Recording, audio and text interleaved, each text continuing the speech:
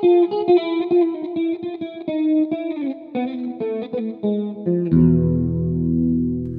everyone. Welcome to the 50th episode of the podcast Byzantium and Friends. Yes, that's right. We've reached 50 episodes. And so I thought that we would do something a little bit different for a change.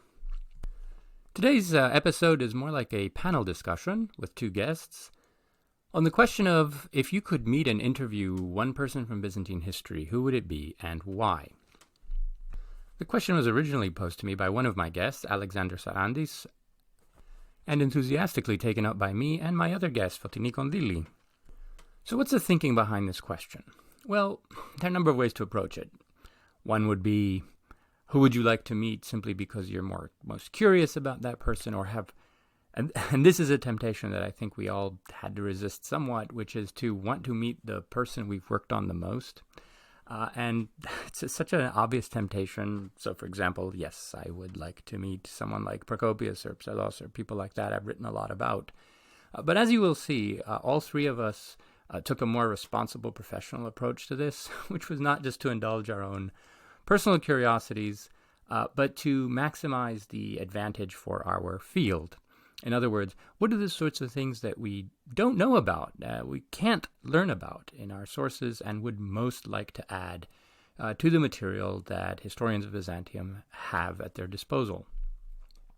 Now, there are fields of scholarship that operate very largely on the basis of interviews.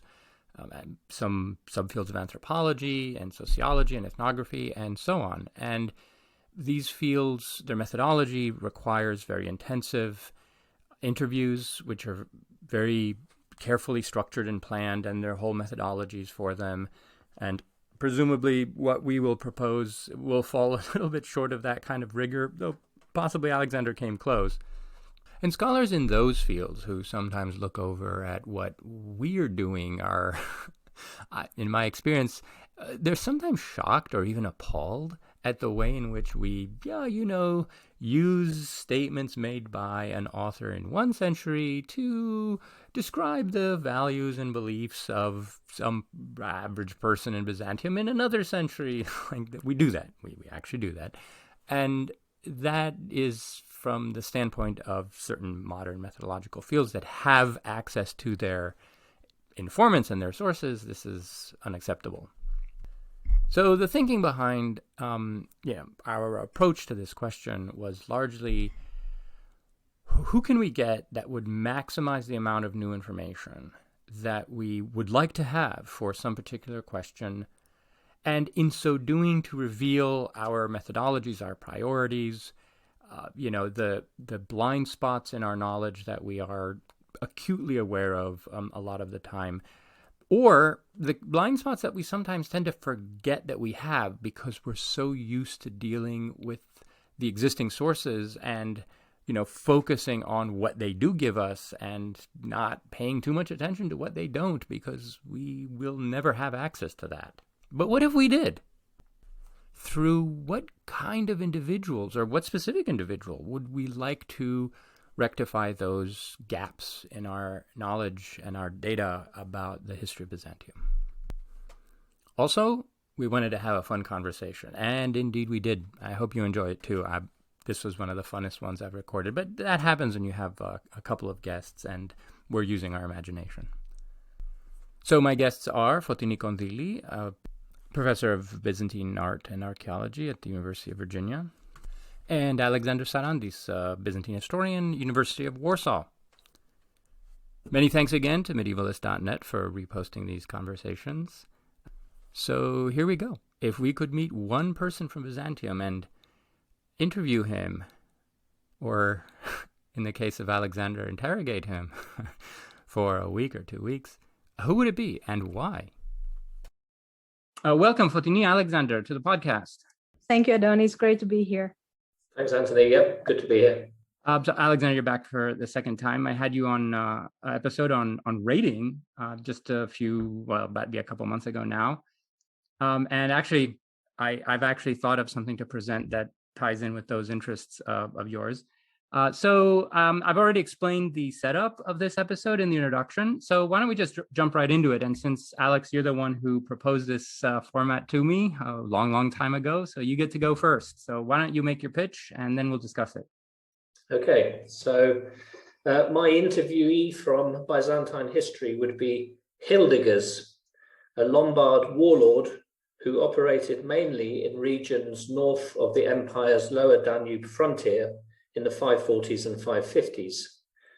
He was exiled from his native Lombards at a young age and went on to command units of and to spend time among the Slavs and the Gepids.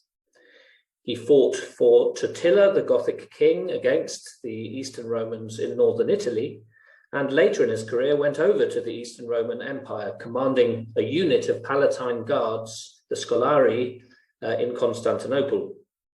We know about his career from Procopius's History of the Wars, our main contemporary political history of the reign of the Eastern Roman Emperor Justinian.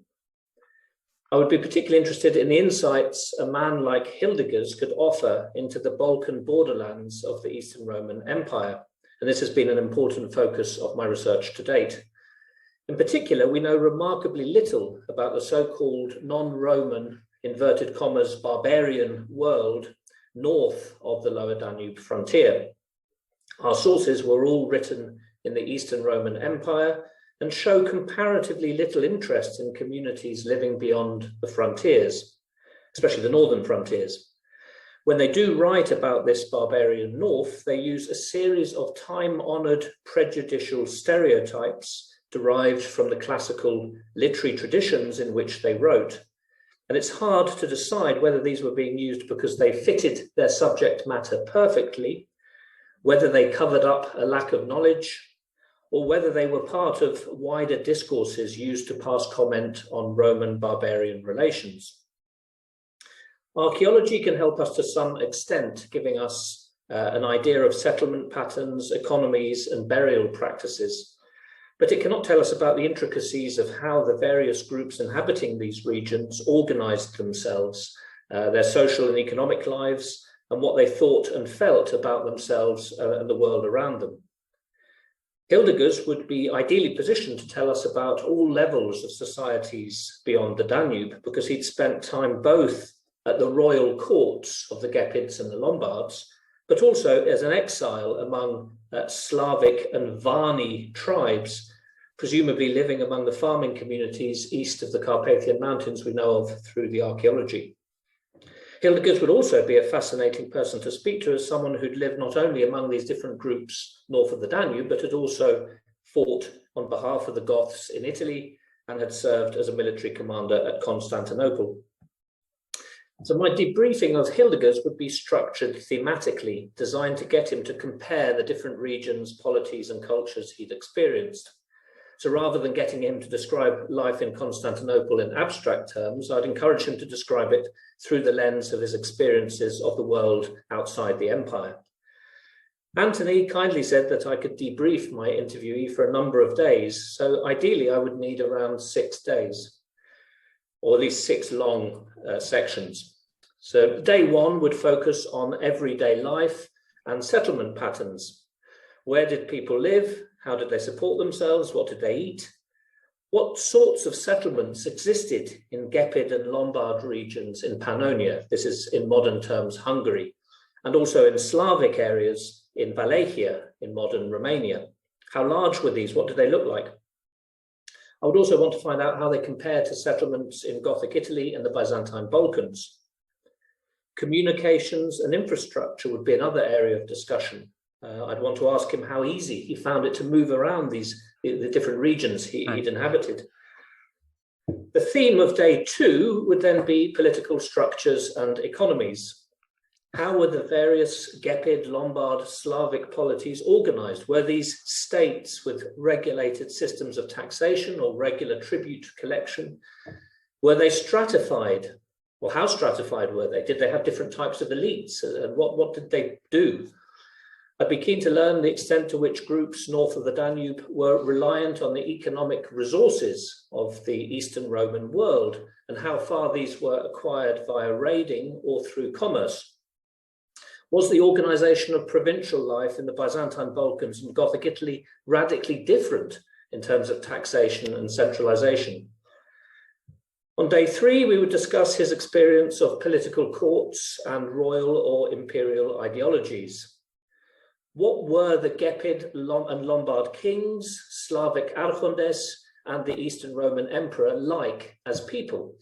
In his opinion, what drove these men? How did they present themselves on formal ceremonial occasions in terms of their dress and behavior?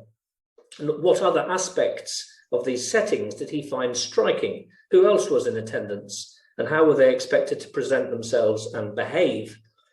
What was the Great Palace like in Constantinople? Did the Gepids and Lombards have palaces or reception halls? At the root of the day's questioning would be an attempt to gauge what differences he perceived between the political ideologies of the Eastern Roman and non-Roman leaders. By day 4, we would move on to Hildegard's experience of armies and warfare, his main professional realm. And my core aim here would be to learn as much as possible about his experiences of military campaigns, especially raiding, and battles and sieges. With military campaigns, how were armies supplied? Where did they live? Where were they accommodated? How was intelligence collected on enemy movements? I'd want to find out what motivated men like Hildegard to raid other communities and what these raids consisted of and how integral they were to political relations in the borderland. What were battles like? I think it'd be interesting here to find out what influence a leader could have over such encounters. Were these carefully regulated, choreographed tactical encounters or uncontrollable clashes in which hundreds, possibly thousands, lost their lives?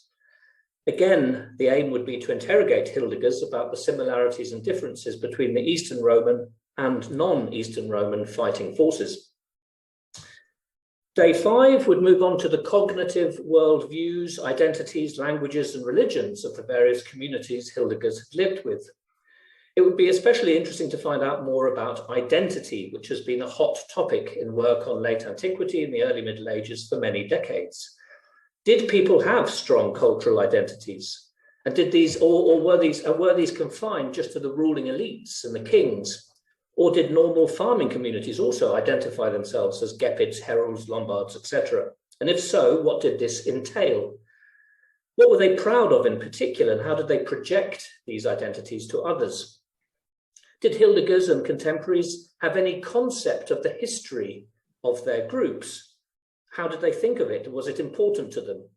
Another aspect here would be oral history. I mean, were these groups entirely illiterate? If not, what sorts of texts did they produce?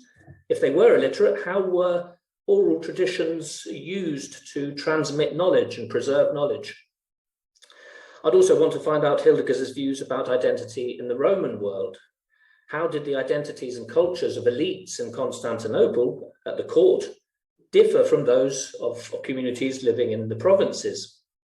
Was there really any difference between the culture of military men living on the Roman and the barbarian sides of the Danube frontier?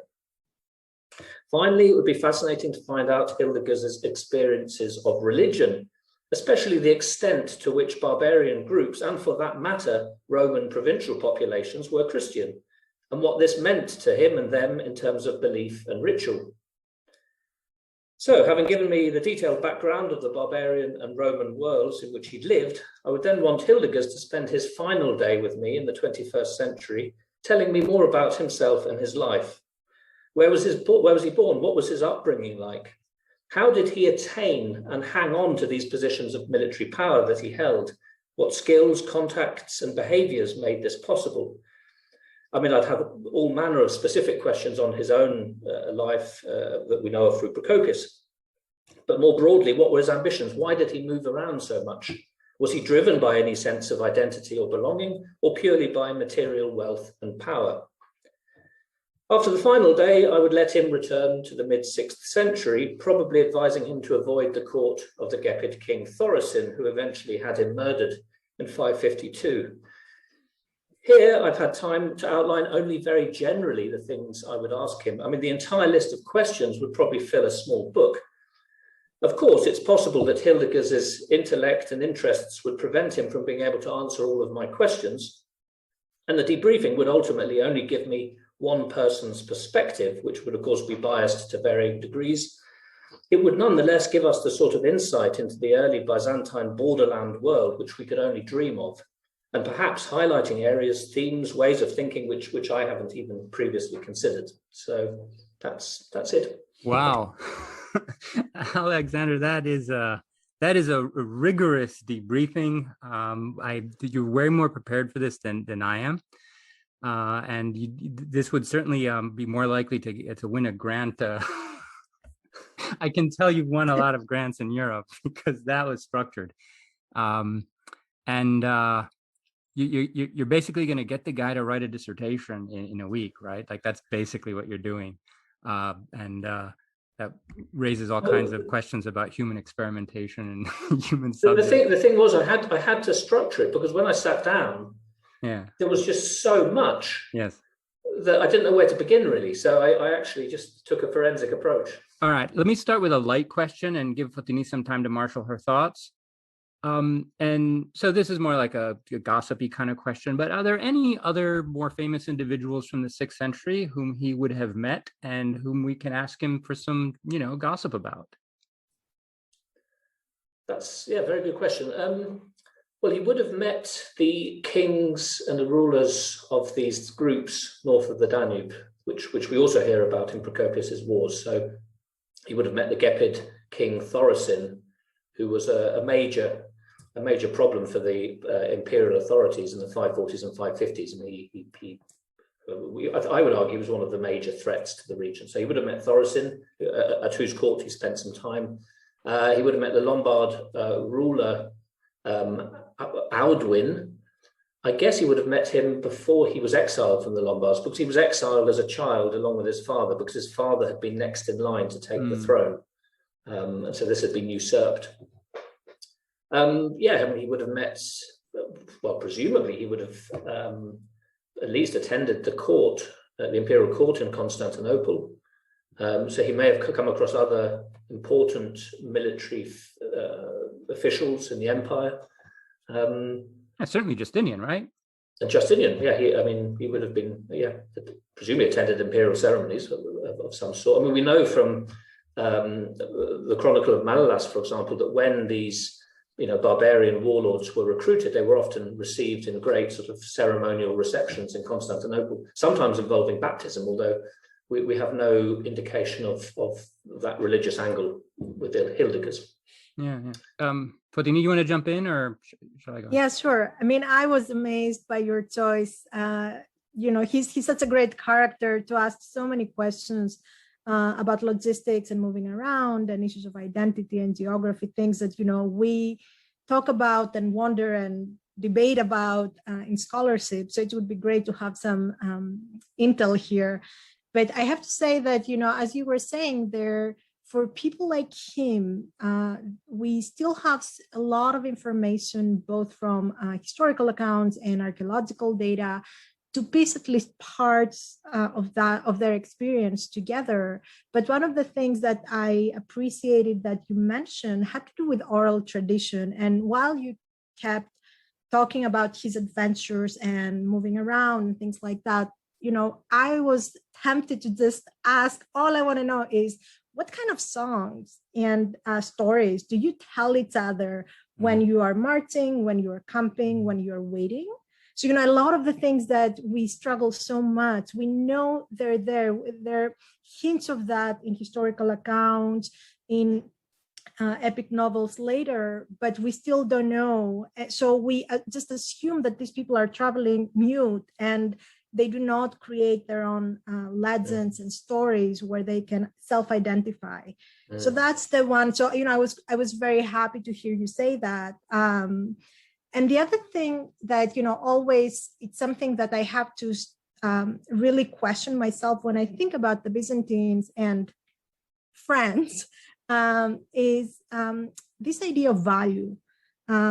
And social values and cultural values, because here we're talking about people who are very seasoned in warfare and in politics, but I would love to have the opportunity to ask them things about what they think being brave in the battlefield actually is, instead of our modern concepts of what that could look like. I mean, is it that you die in battle, or is it that when you see that you cannot win, you just run as fast as you can? I mean, what is being a good soldier mean? What a good military tactic really looks on the ground, rather than the accounts we have of the manuals of how to engage in warfare. So these are the things that I think with someone like him you would have a great opportunity to ask.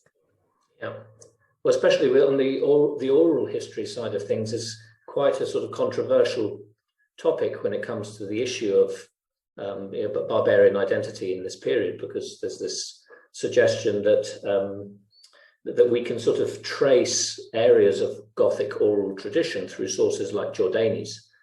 But then other people argue, no, Jordanes was very much embedded in the Roman world. He was writing through Roman traditions. So and then some people who prefer to see barbarians as very Roman and very part of the Roman world.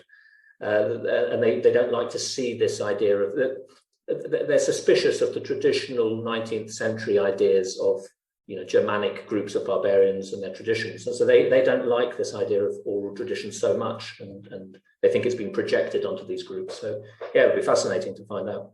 Also, how did they celebrate victories? Did they drink? What did the feasting entail? Yeah, I love that Fotini mentioned songs, and that you're going into these areas of feasting and entertainments and so on, because there's a way in which this kind of question that is a debriefing of a historical individual can help us to answer the questions that we've been struggling with, and as you outlined look like sort of chapters of dissertation, or actually of a very important book right on the period for me. But then when Fotini mentioned songs, I was like, yeah, why don't you ask the guy to show us what a dance looks like, right? Which are things that just never enter our, that stuff is so far removed from our reach that we never even really think to ask, whatever. But yeah, sing us a song, show us a dance, right? Or speak one of these many languages. By the way, what kind of languages would this guy have spoken, at least on a basic level? Do you have a sense? Well, I mean, the Lombards are sort of categorized in the historiography as a sort of Germanic group, or sure. So presumably would have spoken some form of early Germanic, but the suggestions are that the types of warlords operating in this world would have potentially been multilingual. He operated within the Byzantine Empire. He spent time among the Slavs. So, yeah, I mean, we would assume he spoke many languages. And in his dealings with Constantinople or the Roman system, would that have been Camp Latin or Camp Greek? Any sense for that? Difficult to say. I mean, he came from the Pannonian area, which had been part of the Western Roman Empire. So, hazard a guess, probably more Latin. Right, but that would be interesting. That would be an interesting thing to know. Another very interesting, yeah. Probably. Going back to your point about this cultural issues that we really, can't get at through our sources that we have. Also, to what extent these feelings and these cultures and these ways of living affected their behavior and in terms of political behavior as well. I mean, the thing I've always found interesting is in the longer term why some regions remain part of the Byzantine Empire and others don't. And in a pre-modern state, there's only so much coercion that can go on to keep these people part of the empire. It had to be in their interests to be part of it. So, to what extent did those feelings have an influence on that? That would be right. Nice. Fotini, any other thoughts on that? Well, this is something, Alex, what you just mentioned, this is something that I always think about, the groups I study and, how they participate in empire building, what is the invested interest, because, they do have options, and we kind of forget this, that there is agency with all these different groups that we study, and they do have a choice to either be for the Byzantine Empire or not. So, I think it's worth asking that question, even when we can't be sure about the answer. Why these people? What happened? What kind of experiences do they have in life that, at the end of the day, they make them for or against this empire, and in what ways do they express it? Because, you know, there are the big events, the wars, the riots, and so on, but everything these people do in their daily life can be seen as a political action. And this is something that we tend to forget, especially if these are not high profile or elite agents, right? Yeah, and the person whom Alexander chose is, I think, ideally suited for that kind of question, because he switched his allegiances so many times. All right, we can just go through Procopius's narrative and ask him, and when you did this, why did you do that, and right, what was going on? Yeah. That's nice. Good. Fodini, shall we turn to you? Sure. You're on. So mine, I will apologize, it's not that structured, but I will say that, you know, the person that I would love to have an opportunity to interview and, you know, ask a little bit about their time and their life is this woman called Eleni. And we know a little bit about Eleni. Eleni is someone who lives in the early 14th century. She lives in this village in the north part of the island of Limnos in the northern Aegean. And at the point when we encounter her in 1304, she's a widow, but she is also the head of her own household, which includes her 3 grown-up sons, Constans, Ioannis, Nikolaos, and her daughter-in-law, Anna. We know a little bit about the area that she lives in that part of North Limnos. It's very close to other villages and some of the main fortifications and economic centers of the island. We also know that she has other family in the area. Both her brothers live in the same village as her, as well as her aunt, who's also named Eleni. She's a nun, but also the head of her own household. We know a little bit about Eleni's economic situation and property as well. She has at least 2 houses, a pair of oxen, donkeys, pigs, many sheep, shares of a watermill, and I'll come back and say something about what it means to own 1/8 or 1/4 of a watermill in the early 14th century. She has land, some she co-owns with her brothers, and other lands, it's part of her dowry. She has some small vineyards scattered in nearby villages and at least 8 fig trees. Now, the reason why we know all of this about Eleni is that she is registered in the monastic acts of the monastery of Megisti Lavra at Mount Athos. So this is a time, the 14th century, where the monastery of Lavra starts acquiring huge pieces of land and other types of properties on the island of Limnos. So these archives then register the monastic fortunes, and at the same time, they register the pariki. So these are dependent peasants who are tied to the monastic lands who are associated with the monastery. So when they are registered, someone like Eleni, their names, their family members, and their properties and tax obligations are also registered. So this is how we get to know about someone like Eleni. Now, Eleni is a very interesting case because she gives us an opportunity to move away from an abstract understanding of the late Byzantine period and zoom into what actually happens on the ground. And I say this because we're very used to think about Byzantium in very abstract terms or in terms of institutions and structures. And when we do want to populate our story with people, these are usually elites and they are men. So of course, you know, non-elites seem to have no agency. And of course, women, even less so, kind of being in the background and, I don't know, like taking care of the house. So Lenny gives us the opportunity to see a woman who is living in a very interesting period and a very interesting place, and see her being in charge of her own household, in charge of her property. I mean, she's registered and she maintains the family property for all her 3 sons, although they are adults and married themselves. So we get a very different perspective from what we're used to when we think about the Byzantine period. Now, at the same time, as I said before, with Eleni, we get to see some choices, and choices that non-elites have in a way to think about their agency and how they participate in big events. Because it's people like Lenny who produce agricultural goods, who pay taxes, who move in the island, and they have the ability to occasionally force the hand of the empire by forcing the emperor and his elites to build fortifications.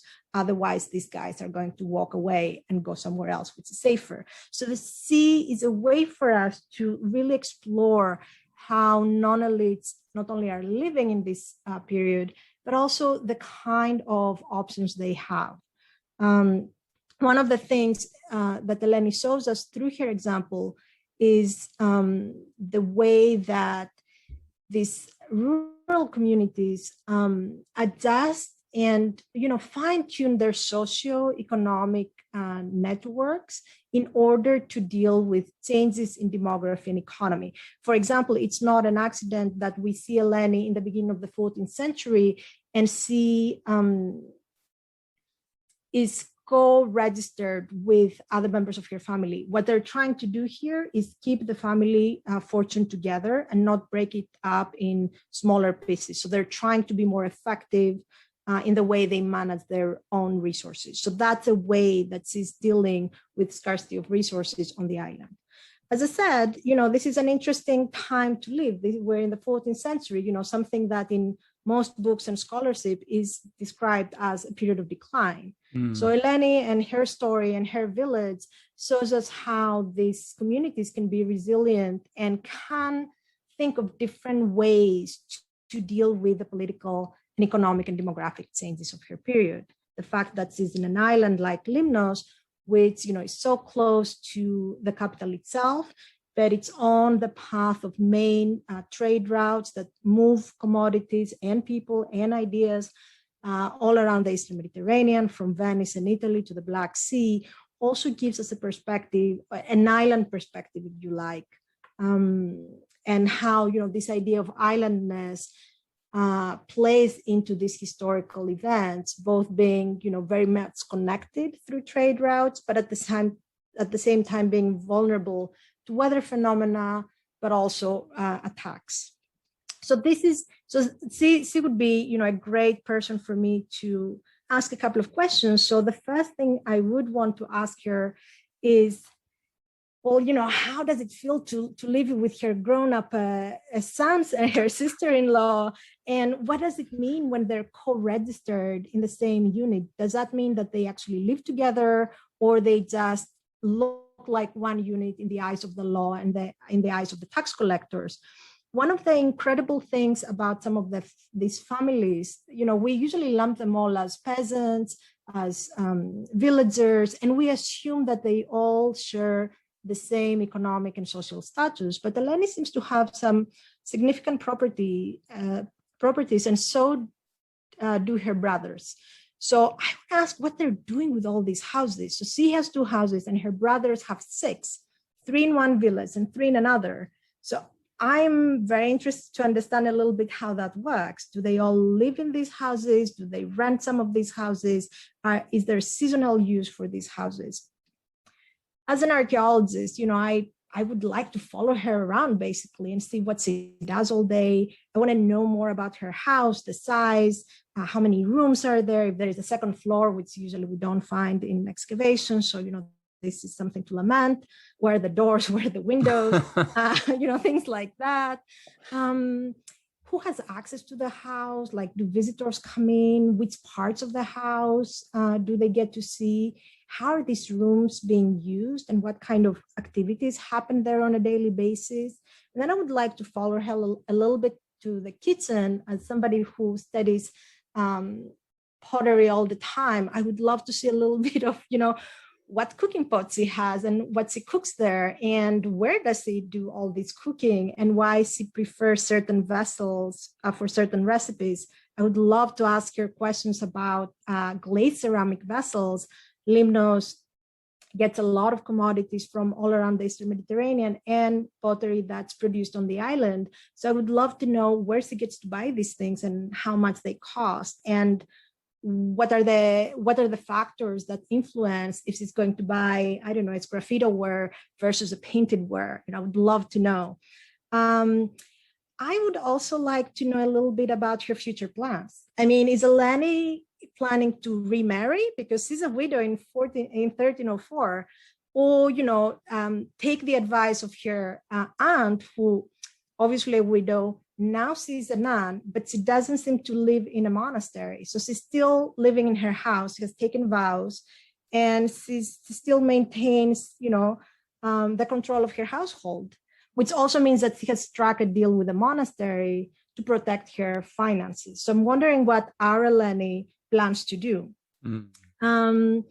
Then, going back to the house, I would love to ask her a little bit about rituals, and going back again to that conversation of the things, that we cannot reconstruct from the kind of data we have in our hands. So who helped her build this house? How long did it take to build such a house? And then what kind of rituals are part of building a house? What kind of songs, what kind of prayers? Are they killing a rooster and putting that in the foundation? Like, what's happening in that respect? And of course, I'm saying this and I'm thinking about ethnographic evidence for such things from the early modern Greek village, which is a very different situation. But still, I'm tempted to believe that there are certain rituals that are associated with a house that we're missing. So apart from her house and her life, there are certain bigger questions that I want to ask. But what I'm really dying to ask is, I want to ask her for directions. I want to ask her to tell me how to go from her village, let's say, to Kotsinos, which is a nearby port, and it's the market, and it's an economic hub at that century. And I want her to give me directions. I want her to tell me what's the most effective way to go from her village to Kotsinos, and what kind of landmarks I should look while I'm walking. And I say this because in the archival material from the monasteries from Mount Athos, they include long discussions of the landscape itself. And we also, when I was on Limnos and doing field work, I was paying attention of certain features in the landscape that are more prominent, that I could imagine that this is how you navigate. But then again, I'm not a Byzantine. So they're very specific, Byzantine specific spatial practices that we're not aware. So asking her for directions would allow me to see what effective route means for her versus my GIS modeling to go from A to B, and also what kind of landmarks she would use to guide me that for me I wouldn't be able to see. This would be my top priority. If I only had Alex's first day, this is how I would start. And then to finish off, Eleni lives on the north part of the island, a place where we know from other archival material that this is where also these guys who are called prosalente, and they are rowers for the Byzantine Navy, are stationed. So I want to know if she knows these guys. And, are they real? Do they really live there? And what does that mean that the rowers of the Byzantine Navy are stationed there? Does that mean that Limnos repairs boats for the Navy or even makes them? And if so, where are they getting the wood? Because Limnos has no woodland. So obviously it's coming from somewhere else. So if these guys are there, who else is there? I mean, we still know that there are many Italians in the island. We see Venetians coming and going. So I would love to know what she thinks about them. And then there are the Cumans. So there's a number of Cumans who have been stationed in that island as well. So I want to know if Eleni has encountered these people. I want to know her vision of what this other is, or a woman's perspective in a male world, right? That it's all merchant and military man, and yet Eleni gets to be the leader of her own household. So as I said before, Eleni tells a very different story that we're not used to think about. I mean, of course, we know women are there and they're important, but we always think of them in the very abstract way and a very traditional way when it comes to women. But this is another way to think about empire building. I mean, Eleni is the empire. Eleni makes the empire being possible in 1304. So, I would like to know what she has to say about that. Yeah, this is a fascinating transition from someone who, spanned an entire, frontier in the Balkans and worked at multiple courts and led so many different armies to a much more local perspective. And I loved how, as an archaeologist, you would want to see her actually use the implements that you've been digging out of the ground for years. Like, show me what this does, for you. And also, I think we vastly underestimate peasant communities in Byzantium. And I don't just mean that in terms of, the abstract categories that we use, like agency and, values and things like this, but in a very real sense, the complexity of their social organization is immense. And so set aside the complexity of her family network, because I think all people on a certain level are kind of wired, from evolution to very, very carefully keep track of family networks and those kinds of things, friends, allies, that kind of thing. I think we do that intuitively without any kind of special training. But precisely what you were talking about, the complex fiscal, right, and the ownership and relations to property, which in this period involved all of these people in owning, leasing, right, renting, part owning. So she's got some portion ownership of a mill with other people and all these partnerships, right? And she's employing people and being employed or whatever. And I just want to know, like, what were her math skills like? Because, right, you have to pay taxes on all of those things. And the taxes are a fraction of a value of the fraction that you, like, so how do they, what kind of conceptual apparatus do they use to navigate the legal mathematical aspects of their existence? I would find that fascinating. Yeah, no, that's great. And, in her case, I mean, I can understand how you can own 1/4 of a watermill, but we have others who have like 1/3 of a cow. So you're like, how does that work? Or, 1/4 of this area of beekeeping. So it's interesting because, some of them are family members. It's clear that they belong to an extensive family network, but others are not, they're neighbors. And this is the other thing that we consistently don't think about is, this neighboring relationship, relationships that can become very powerful.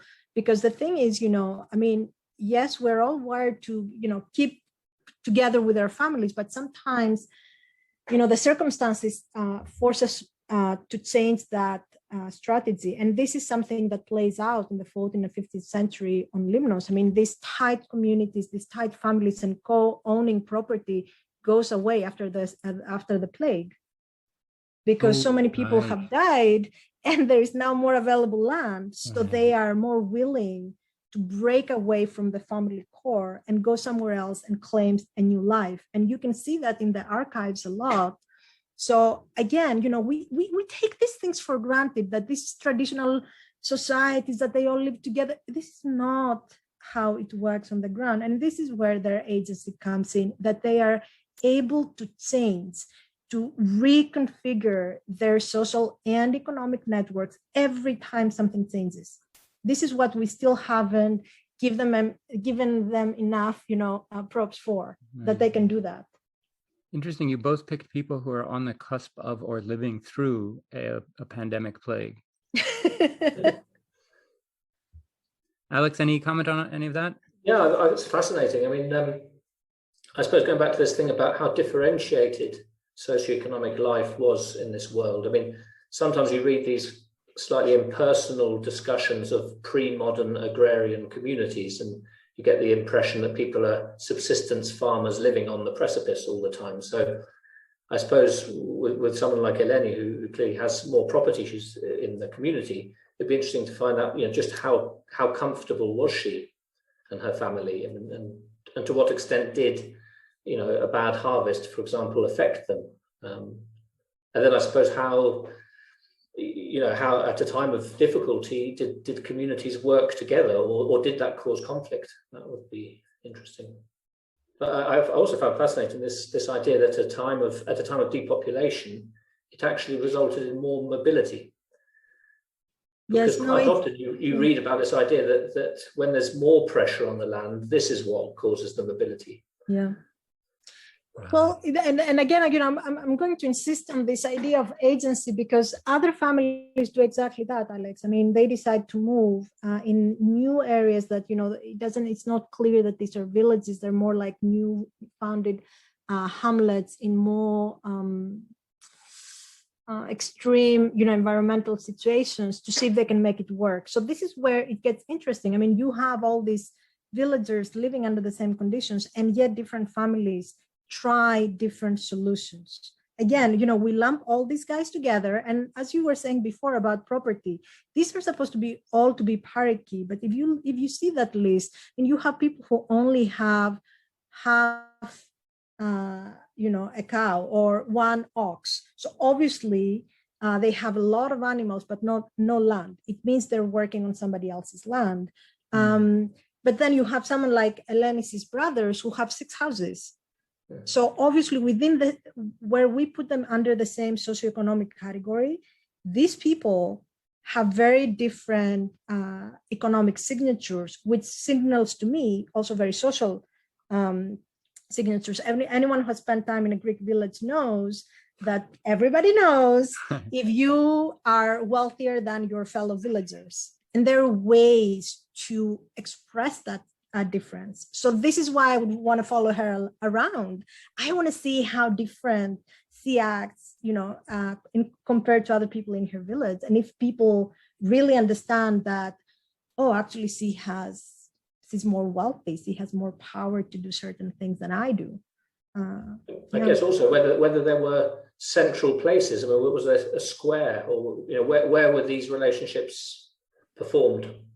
Well, one of the things that I always like to think, because there's so many references to watermills and windmills on Limnos, and then I think about some of the work that Sharon Gerstel has done on depicting the miller as a person that commits sin. So he's on the hell side of the church, right?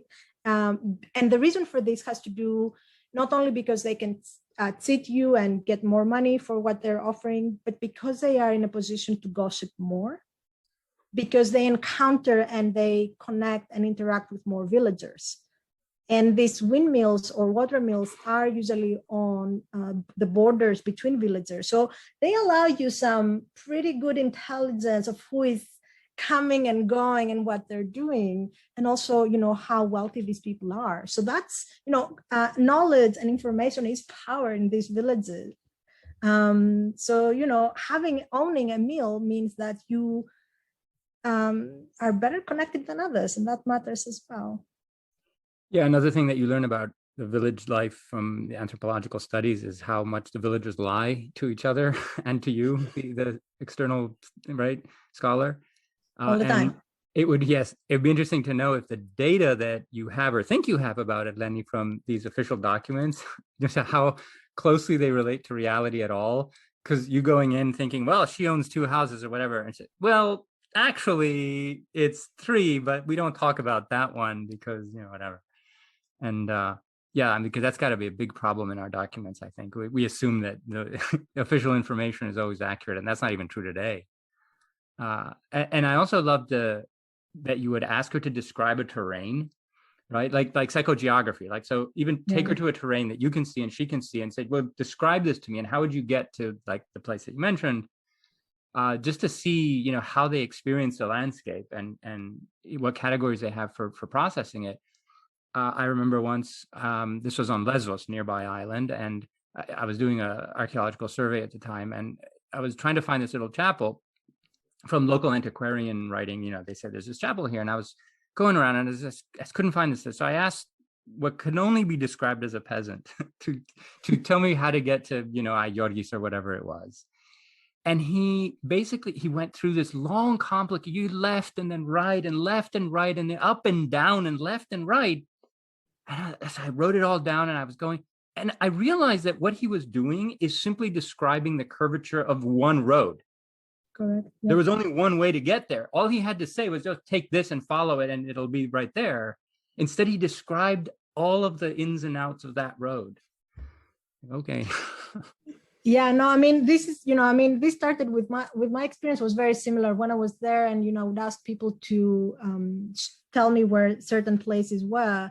I mean, everything had to be, you know, that rock formation, that fig tree. And I was like, well, which fig tree? This place is covered with fig trees. I mean, I don't know which fig tree you're talking about. But this was also something that, you know, other scholars talk about, that you only, when you work with these communities, this is where your status changes from a foreigner and an outsider to someone who is not exactly local, but a little bit closer to them, is when you have navigated this terrain so many times that you actually know when they're saying turn right to this fig tree, you also know that fig tree. So, you know, this is how I got my creds working on that island, because, you know, the first year I was getting lost all the time and people would make fun of me and point and say, oh my God, it's that great crazy person. But by the fourth year, they were like, oh yeah, you know, she knows how to go there. So, you know, I was part of a larger community than I wasn't before. Were you ever told to turn left where the dogs sleep? Yes, but, you know, for me, one of the things that, you know, it amazes me when I'm in the field is when people talk about smells. Oh. So, and you know, sometimes they do it in an indirect manner. They say, you know, you'll know where that you have arrived because you can smell the thyme or the oregano. And this is something that in the monastic archives, you have certain toponyms that refer to smells as well. Wow. It does that we don't pay attention. We just think, oh, it's a name, oh, fine. But if you're there alone in that landscape, all of these things matter. they are ways of navigating. It's not just what you look at. It's what the sounds that you hear and what the smells and the way that your body is having this, you know, embodied experience, basically. Yeah. So that's why I would like to know what she thinks about that. Right. All right, guys. Shall we move on to part 3? So I'll make my pitch. I'll try to make this brief. As I was thinking about this, I had an abundance of riches, right, of ideas of people I'd like to talk to. And in the end, I decided, at least for this iteration, to be absolutely strategic in a way that would gather as much information that we don't have about as many topics that are important. And so it quickly narrowed down to the 7th century for me as the period that is really undocumented compared to other periods. And what I wanted to do is get social perspectives that we don't have and information about the crucial events of the 7th century that, you know, played a role in affecting the lives of so many people, even beyond the events themselves. And arguably, the most important set of events would be either the war between the Romans and the Persians in the early 7th century, or the expansion of Islam, the Arab conquests and Islam. And the perspective that we most lack, I think, is that of slaves. Arguably women and slaves, but slavery is one of the most difficult experiences to access in a number of ways for all of the ancient world. And so I did some research. I had a vague idea what I was looking for, and I found my guy. So this is a person called Suhaib the Roman. All right. And who's this guy? Well, he's one of the early companions of Muhammad. But what he is, so he's the son of an Arab minor chief somewhere in Mesopotamia who is abducted or carried away in a Roman raid. And he's taken to the Roman Empire probably as a child in the early 7th century or late 6th century, actually, where he spends 20 years in slavery. And one way or another, he manages to escape or get away, or is bought by a visiting Arab from, or they've been called Saracen at the time, from Arabia, who takes him to Mecca. And he pretty soon becomes close with the Prophet Muhammad and one of eventually his closest, supporters. Later makes the move to Medina. That's more difficult for him because he has some locals who are resisting him and whatever. But because he's lived for 20 years in the Roman Empire, he's considered a Roman. He speaks Greek and is, some sources say that he's also Rum because he's blonde and blue-eyed. Yeah, I mean, he's the son of an Arab from Mesopotamia, but whatever. And he's very close to the movement from the start. And so this is a person whose experiences would give us insight into both slavery, so the experience of being carried away at a young age, abducted, taken off into slavery, 20 years a slave in the Roman Empire, and then a firsthand account of the origins of Islam and the life of Muhammad, which is, I mean, any information that he could provide would both put sort of legions of scholars out of work, A, and two, create opportunities for another legion or more legions, right, to work on that testimony. Because, as you may know, the information about the life of the prophet is later and very difficult to access. In fact, I'm just now reading my colleague Sean Anthony's book on Muhammad, and just kind of working on the earliest sources that we have to try to figure out what can we know as historians about the origins of the movement. And so a firsthand insider's perspective on that from someone who had both experience of the wider region, experience of moving from, polity to polity and experiencing all these different religions, and moving from slavery to eventually a status of prestige. The early caliphs actually appointed him to lead the prayers of the Muslims. It's a very extraordinary destiny that he had. And in addition to just the events of that period. So that's the person I found who would maximize sort of new information punch, right? And in terms, and I've also indicated the kinds of topics that I would want him to talk about, primarily, slavery, the events of the 7th century, but also, his experience of Muhammad. And especially if he could do so in Greek, I mean, that would be amazing, right? If you could have a 7th century Byzantine Greek account of the life of Muhammad, that I don't know, that would just be fantastic. I would be the one I would want to translate that into English. Okay, so how would I conduct this? So I thought about this a little bit, and I didn't want to put in the kind of work that Alexander did in structuring his interviews. I'm too lazy for that, but I'm going to try to turn that into a virtue and say that I would just basically say, okay, here's a big topic, go. And just let him talk. Just let him talk and talk and talk, because that way we'd get a record that's relatively unstructured from, our questions. And it might yield, yield new insights as later generations of scholars would study it, and because who knows what where it might go and what he might say. But yeah, those are just the main areas that I would ask him to focus on. So that's my guy, Suhaib the Roman. You'd need at least 10 days, I think. Yeah, something like that.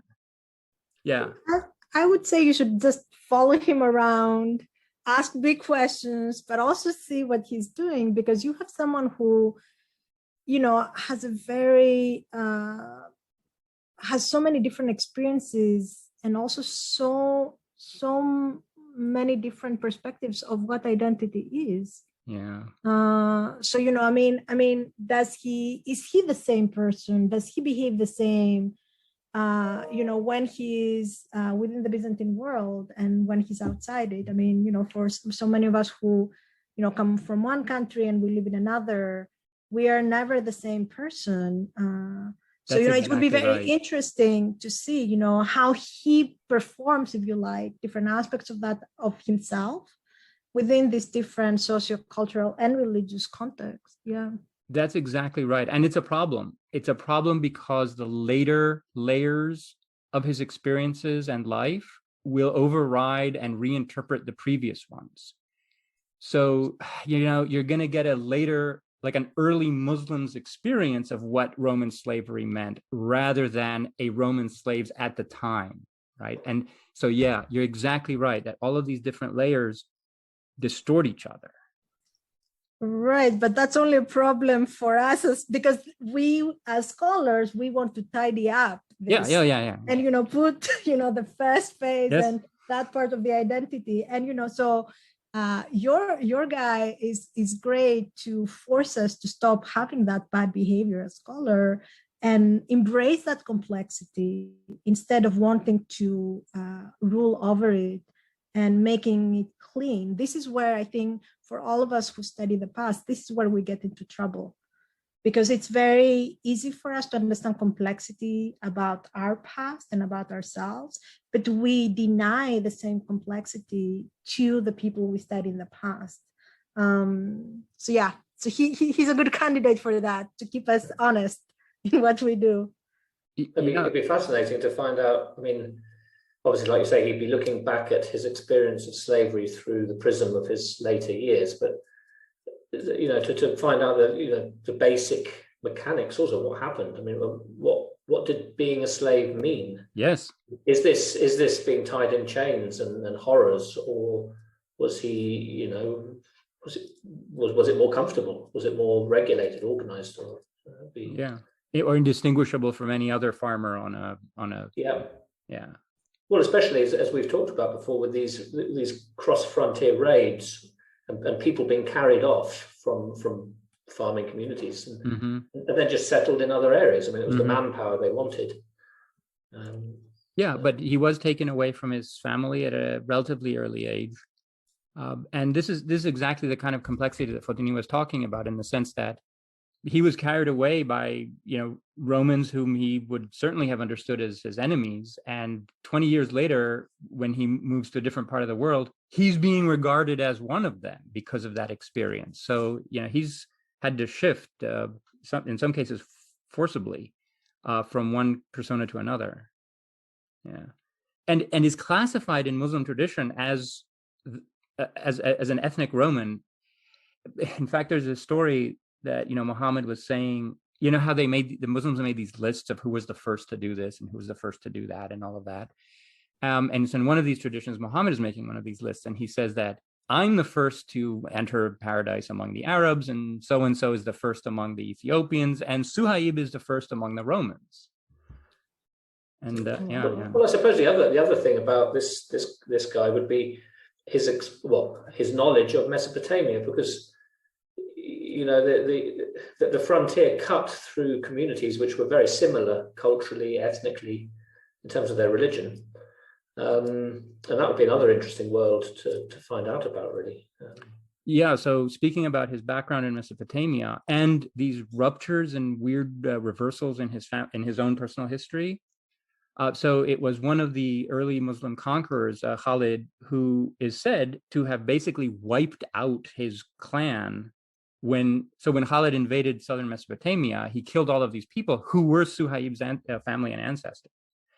So he now belongs to this religious community that's now destroying his past, basically. Actually, both of his pasts, both the Lakhmid Arab and the Roman. But anyway, no, basically, I just wanted an informant on events that we just don't know much about. Well, yeah, I mean, and then you have, you're opening two very different discussions. The one that has to do with slavery, and I think, we are now, I think, a little bit with more recent scholarship and work on this subject, we are a little bit better versed, I guess, in issues of slavery in the medieval world. But I think in mainstream scholarship, if I can put it like that, there's still this traditional thinking that, Christian societies do not use slaves and slavery is not a thing. I mean, we stop with the Romans and then it all goes away, and it's not. And we have, again, what Alex was saying before, what kind of slave would that be?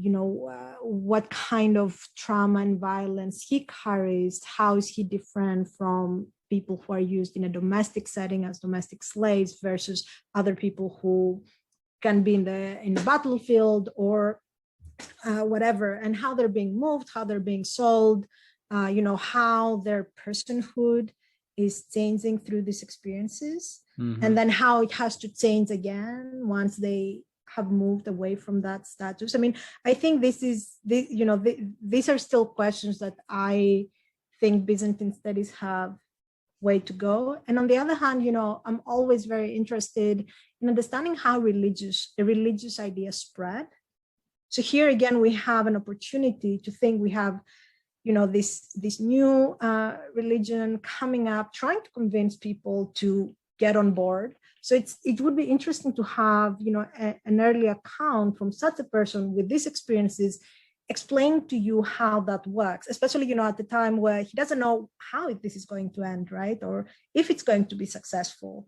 And I think, that would allow us not only understanding a little bit more about the early days of Islam, but also in comparative terms, how these religious ideas and new religions can spread, why they can be successful or fail in other cases. So, I think he would make a great informant in that respect. But I suppose another thing with these interviews would be to give them the opportunity to ask us questions about what happened next. Oh, do we tell them though?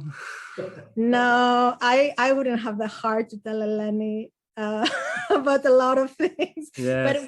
But Alex, when you were talking about yours, I kept thinking, what if you opened Procopius' work and said, let me read for you a paragraph, and or ask him, how do you feel if you knew that other people called you barbarian? What would you say to them? In the same way that I always think that for Eleni, I would love to see her reaction, saying to her, there are people out there who believe that you never left your house and you didn't do anything outside your house, you didn't have power, and see her reaction.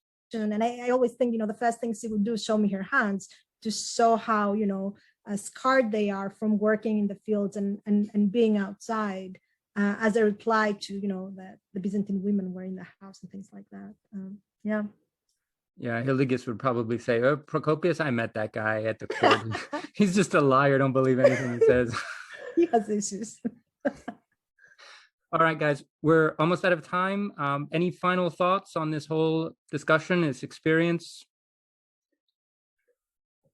Well, I mean, I think as I mentioned at the end of my presentation, it's just it really brings into sharp focus just how little we know about so much of this period, and especially as a number of things Fotinis talked about, these intricate details that we're trying to get at and can't from the sources. So, yeah, it was a very useful exercise. Yeah, I was thinking the same, that it's such a useful exercise because, again, we think about these people, they are the object of our study, right, and of our work. So we sometimes, in our effort to make sense of all the information and also all the information that we don't have, we dehumanize them. We forget to ask, well, what did you eat? How is it to feel? How do you feel? What did you do today? But we are so hungry and eager to know more about them. But we cannot get to them if we keep thinking them of the abstract, if we, deprive them of their feelings, of their own personal likes and dislikes. Again, going back to what Alex, in your case, I kept thinking, I would love to know what they do, for good luck before they go to battle. Like, do they wear their gear in a certain way? Do they just cross themselves? Do they hold something for luck? I mean, being superstitious, worrying about life, death. These are the things that sometimes forget. It's great to talk about empires and economy and politics, but we cannot get to these questions when we don't think about, the protagonists, and they're all protagonists. It's not just the emperor. So yeah, I don't know, when you send out the invitation and you ask us to think about that, I thought it was very valuable for the work we do. Yeah. Yes, this was a kind of counterfactual research, right? Hypothetical research that we'll never get to do, but would like to.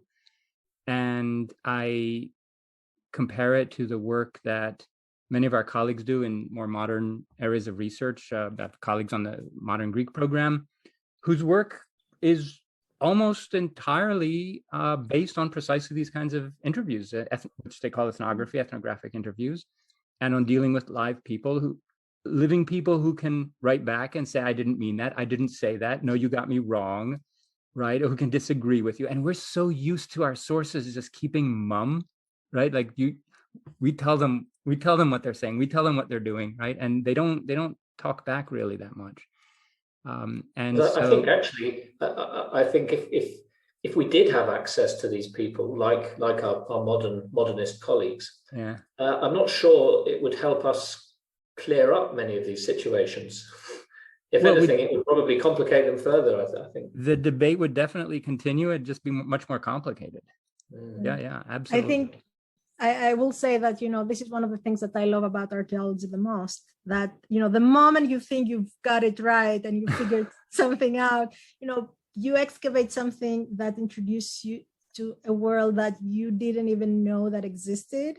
And plus it shows you that a lot of things that you published with so much confidence were wrong. Yeah.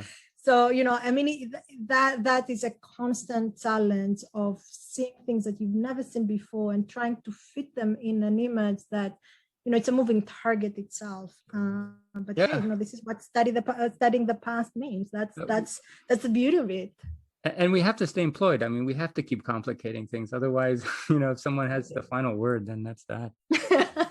Well, we've only got about 4 sentences on Hildegard's, for example, so in the sources. Oh, that's it. Okay. Yeah, you're right. It can't have been that much. All right. Well, thank you both. This was a lot of fun. This was as good as I had hoped and better. So thank you both for coming on. Thank you. Thank you for asking us. And I look forward to having you both on, on a later suitable occasion. Next book, whatever, you let me know. Okay. Bye-bye. Perfect. Thank you.